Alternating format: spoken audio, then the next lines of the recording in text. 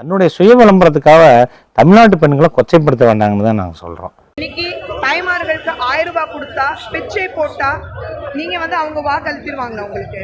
குஷ்பு அவங்க இன்னுமே ஒரு நடிகையாக தான் எடுத்துக்க முடியுமா தவிர கட்சிக்காரராக எடுத்துக்கவே முடியாதுங்க. தமிழ்நாடு பெண்களை இன்னைக்கு இது இழிவுபடுத்துகிற மாதிரி ஒவ்வொரு முறையும் அவங்க பார்த்தீங்கன்னா அவங்களுடைய விளம்பரத்துக்காக தமிழ்நாடு பெண்களை அவங்க இழிவுபடுத்துகிறாங்க.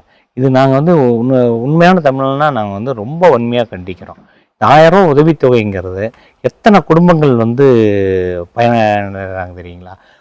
அதாவது இதில் விடுபட்டவங்களுக்கு நாங்கள் என்ன கொடுக்கணும் லிஸ்ட் எடுத்துகிட்டு இருக்கிறார் தலைவர். நான் தளபதி அவங்க யார் ஏதாவது 1-2 விடுபட்டு இருக்கிறது மிஸ் ஆனது இதுக்கெல்லாம் கொடுக்கணும்னா அது எத்தனை லட்சம் வந்தாலும் இப்போ கிட்டத்தட்ட 1.25 கோடி பேருக்கு கொடுக்குறாங்க மாதம். நான் வீட்டில் பூ கட்டிட்டு இருக்கிறேங்க ஐயா. எங்கள் வீட்டுக்காரு கண்ணன் எலக்ட்ரானிக் கடைக்கு வேலைக்கு போயிட்டு இருக்கிறாங்க ஐயா. எனக்கு 2 பசங்க இருக்காங்க. எனக்கு வருமானம் எதுவும் இல்லைங்க ஐயா. நீங்கள் இப்போ மகளிர் உரிமை திட்டம் வழங்குறதுனால எனக்கு அது ஒரு பிள்ளைங்க மேல் படிப்பு செலவுக்கும் என்னுடைய வீட்டு செலவுக்கும் உபயோகமாக இருக்குங்க ஐயா.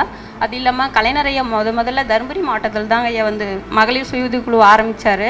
அதில் நான் பயனடைஞ்சிருக்கிறேங்க ஐயா. லோன் வாங்கி நான் ஆடு வாங்கி விட்ருக்குங்க ஐயா. அதில் எனக்கு பெரிதும் உதவியாக இருக்குங்க ஐயா. Very good. நான் காட்டு வேலைக்கு தான் போகிறேன். மாதத்தில் ஒரு 10 நாள் 15 நாள் வேலை தான் எனக்கு கிடைக்கும்.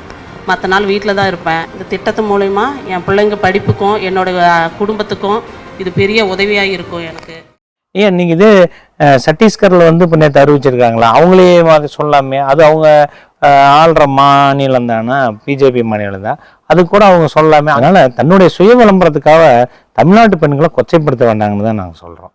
என்னங்க அதை நான் வன்மையாக நாங்கள் கண்டிக்கிறேங்க. எனக்கு இளைஞரணி சார்பாக உதயநிதி அண்ணன் சார்பாக நான் வன்மையாக அதை கண்டிக்கிறேங்க. என்னங்க கொச்சைப்படுத்தி ஒருத்தர் பேச வேண்டாங்க, அது தப்பு தானுங்க.